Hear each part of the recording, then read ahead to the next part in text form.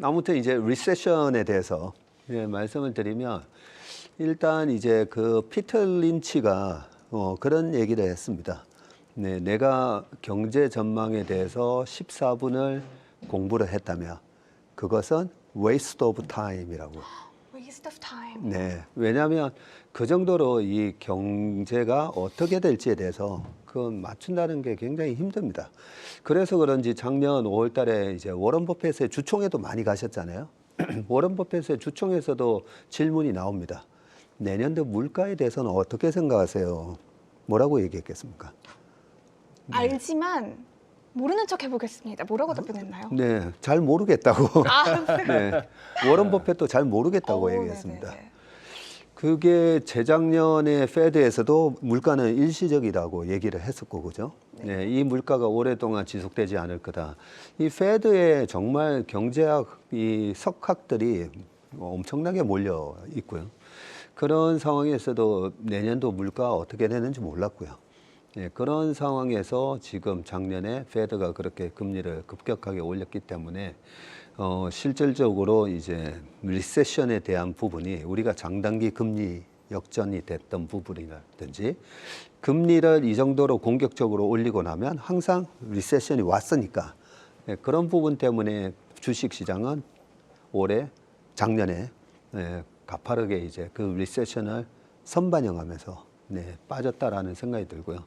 아까 초반에 말씀드렸지만 주식 시장은 시장이 기대하는 거와의 싸움이라고 보면 되는데요. 그 시장이 기대하는 그 리세션에 대한 부분이 많은 분들이 이제 경고의 메시지를 전해주셨고 우리 교수님도 작년 초부터 리세션에 대한 가능성, 금리를 너무 이제 급격하게 올렸으니까요. 그런 경고의 메시지를 주시면서 투자자들이 미리 대응을 했다라는 생각을 하고 있습니다.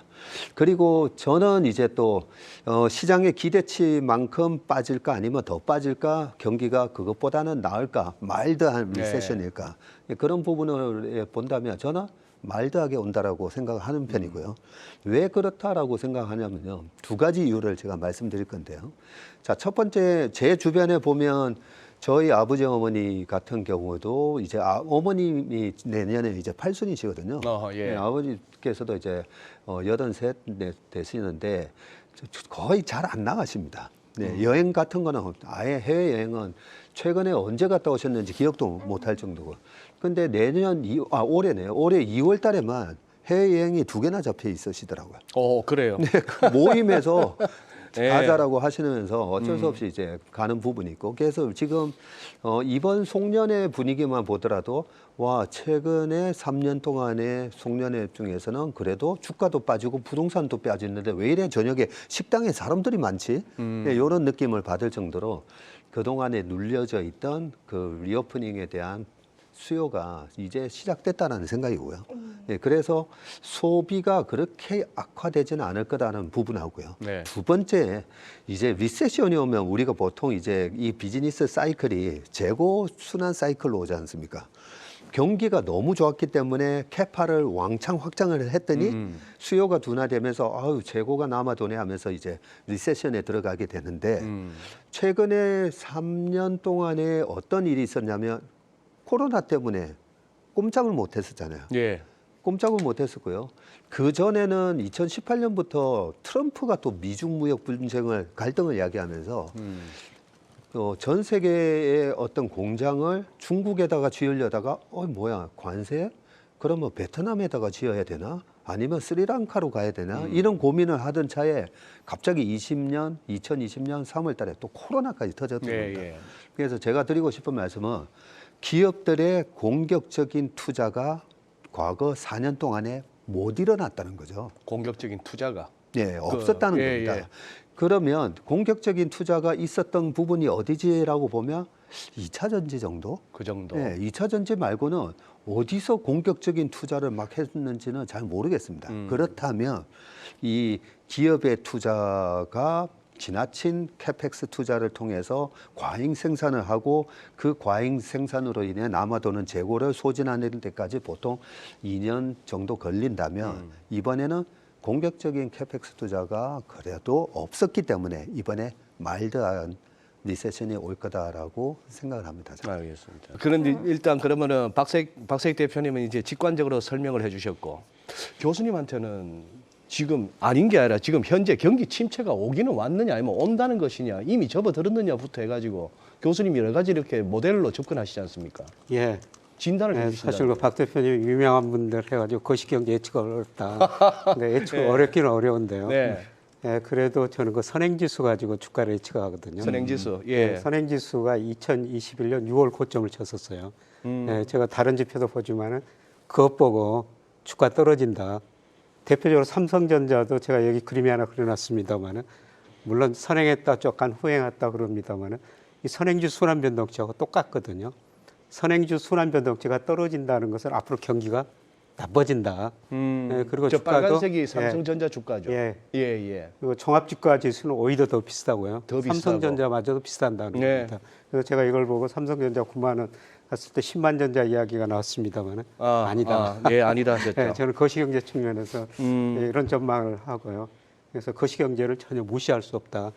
사실 제가 얼마 전에 그 제 유튜브 하시는 저 구독자들하고 점심 한번 같이 먹었어요. 예. 예, 그런데 이분들이 정말 그 좋은 주식은 투자하십니다.